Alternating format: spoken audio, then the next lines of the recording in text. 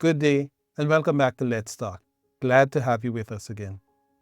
Today, I'd like to welcome you to this heartfelt dialogue between Sisters Joyce Wano and Joyce Varla.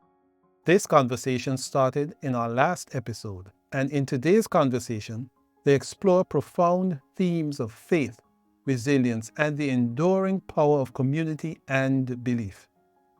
Through this discussion, you will hear stories of personal loss, missionary work, and the unshakable faith that carried them through life's most challenging moments. Join us on this journey of reflection and inspiration as these two ladies share their experience and wisdom. Above all this, you will get the answer to the question, did Sister Joyce Varlock get angry at God?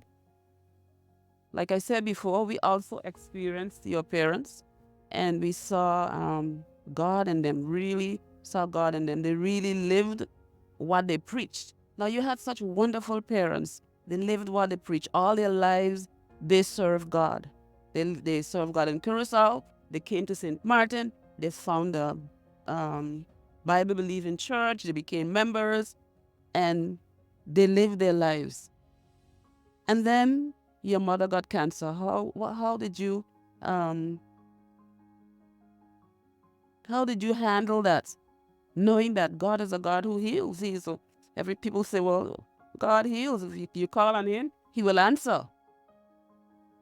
Some people seem to forget that um,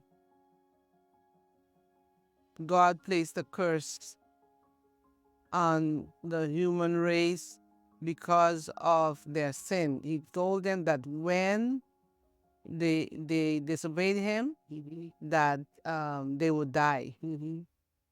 And we seem to think that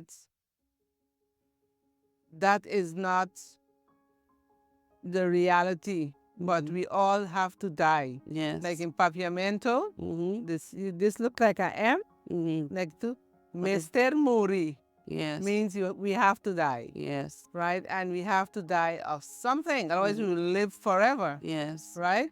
And so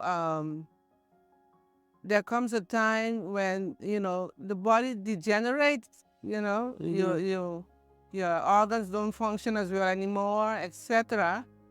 And hence the warning in Ecclesiastes for the young people Yes. to serve the Lord while they're young and when they're strong. Yes. Because in that same Ecclesiastes chapter 12, in the verses that follow 1 and 2, 3 and 4, it says, before you can't see the wind through the windows. Yes. It's all symbolic language. Yes. And before you can't hear the cock, I think, something. the birds singing. Yes. And before the molars, they talk about your teeth. Yes, Fall grinding. out. Yes. And before you, they have to lead you before you can. You're afraid of heights. Yes.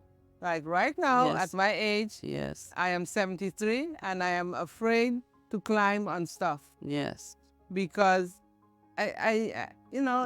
I'm afraid that I'm going to Yes. fall. Yes. And so when I heard that my mother had cancer, it saddened me, of course. It saddened me a lot.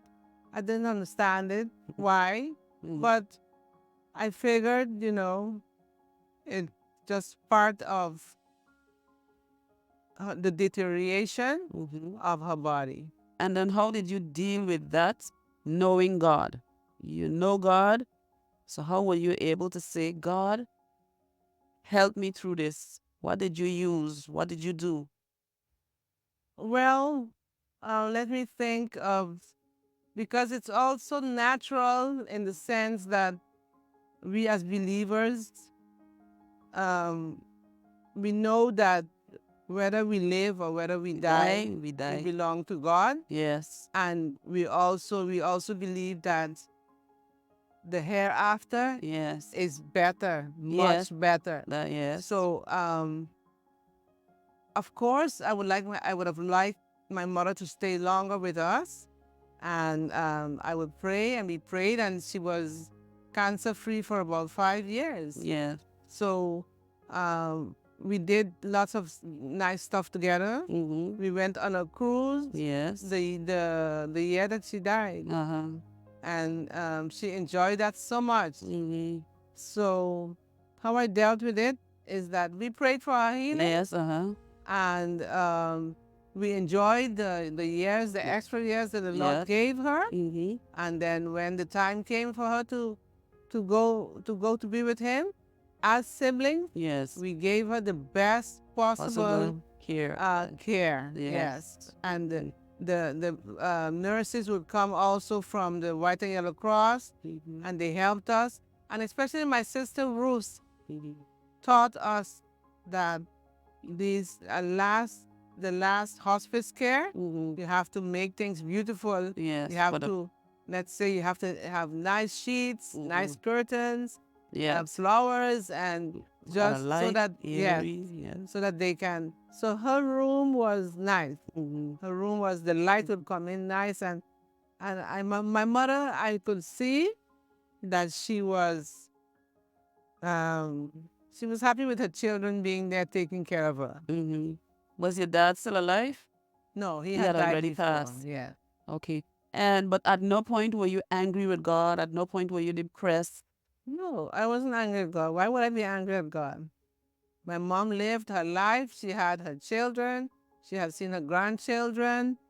This is part of, as I said, part of deterioration of our bodies. Yes. You do the best that you can, and she herself detected her cancer Wow. because she was examining herself and she found the cancer. Okay. She found a She lump. found the lumps, yes. So then she went to the doctor, and I went to Curacao with her for radiation or things like that. And I went with her, and then we gave her the attention and the care that she needed in preparation, whether she lived or whether she died. You know, she belonged to the Lord, and she was Ready. strong in her faith as Yes. well. Yes. So, She was ready, and all of you as well was. yes. Yes. Yeah, Yes. definitely. Because you know, a lot of people, they don't do well with these things, and they feel that God has to heal them. But Yes. sometimes I'm thinking too, they don't realize that death in itself is a healing. It's also a joy to the Lord. The Bible says that. Precious in the sight of God is the death of his saints. That is correct.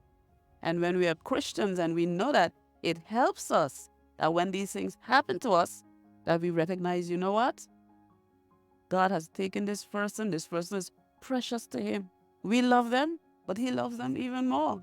And now that he's taken them out of this world of sorrow and sadness. And like you said, they are on their way. They're going to heaven. They're better off than us. Definitely. And you You know, a know? lot of people are that way because they are ignorant of the life after death. Yes. They don't That's correct. They don't know God. They don't That's know correct. what heaven will be like.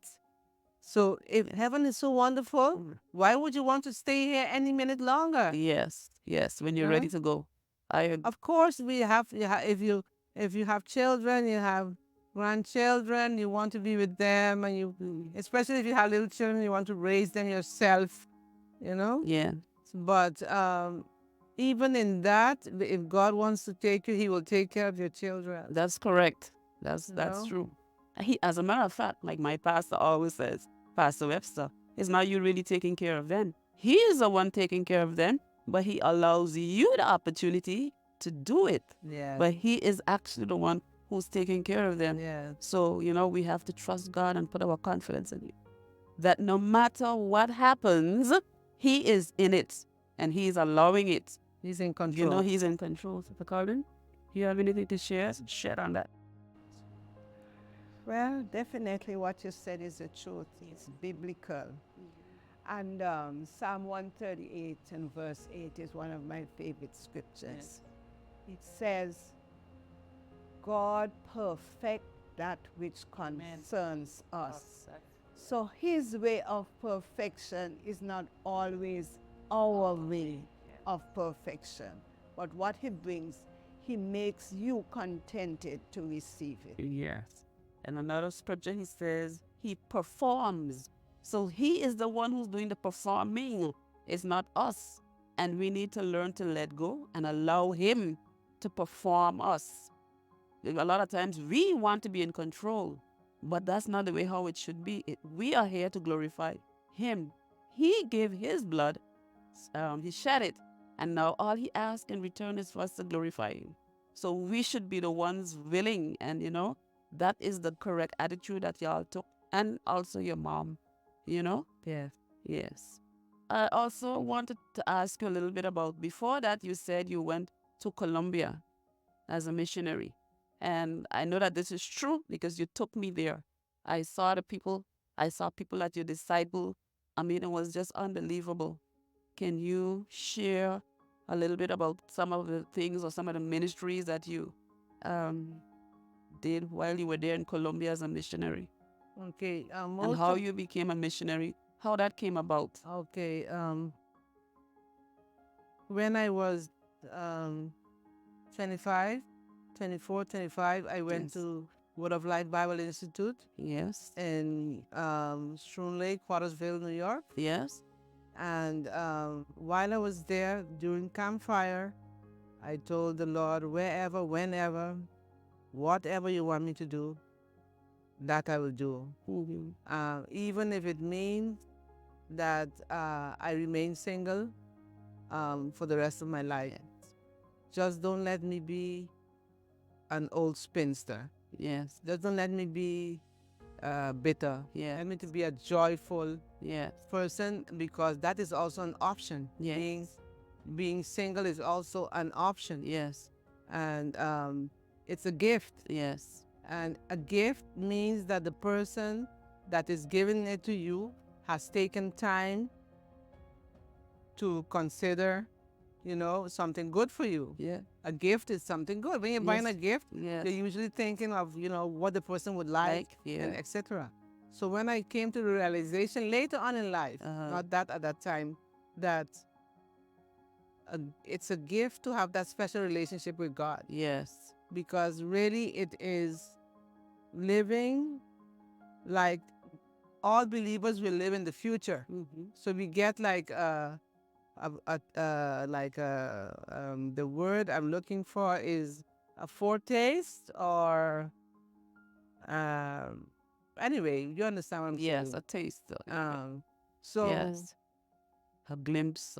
so if God Himself wants to fill your need and help you, etc., who can top that? Yes. Who can top that? Yes. Marriage is beautiful. I believe it's beautiful. It's God ordained, and I think it's heaven on earth. But then this being single is an option also. Yes. And enjoying that special communion with God, where He takes care of you like a Yes. husband would. Yeah. You I understand? like that. So God called me during that campfire to serve Him wherever. And then an opportunity arose to become a missionary. The team, the Evangelical Alliance Mission, came to our church, and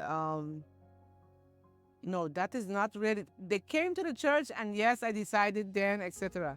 But how did I become a missionary? God called me because I began to pray for our country every day during the whole year. Yes. And I still do it today. That is true. And I know it's that. one of the most meaningful moments of my day is when I pray for a country in the world. Because Jesus said that the harvest is plentiful, but the laborers are few. And He said, pray to the Lord of the harvest that He will send forth laborers into the field. And so I began to pray for a country every day. And you go through all the countries of the world during a year. And when I saw the need, you will pray. Millions and millions of people don't know. Like right now, I'm praying for India. Today, the prayer is for India. This holds like about 20 days, because it's so big. They're the biggest country now in the world, the most people. They have passed China. There are more than 1 billion. And millions and millions of them have never heard, not even once, Yes. that Jesus died for them. And so then I would say, but it's a waste of such a big sacrifice. What am I doing in Curacao? I need to Yes. go out and tell. And so that's how God called me to be a missionary. Okay. And what did you do in Colombia? What I did in Colombia is what I used to do in Curacao. Is disciple women, work with children. So if you are not involved in ministry in your country, God is not gonna send you somewhere else. Yes. So I continue doing the same thing all along, using the gift of teaching that God has blessed me with. And so I worked with ladies in a middle class setting, and then I worked also with kids in a marginalized neighborhood. Then I went to work in a village about 15 miles going down from Bogota.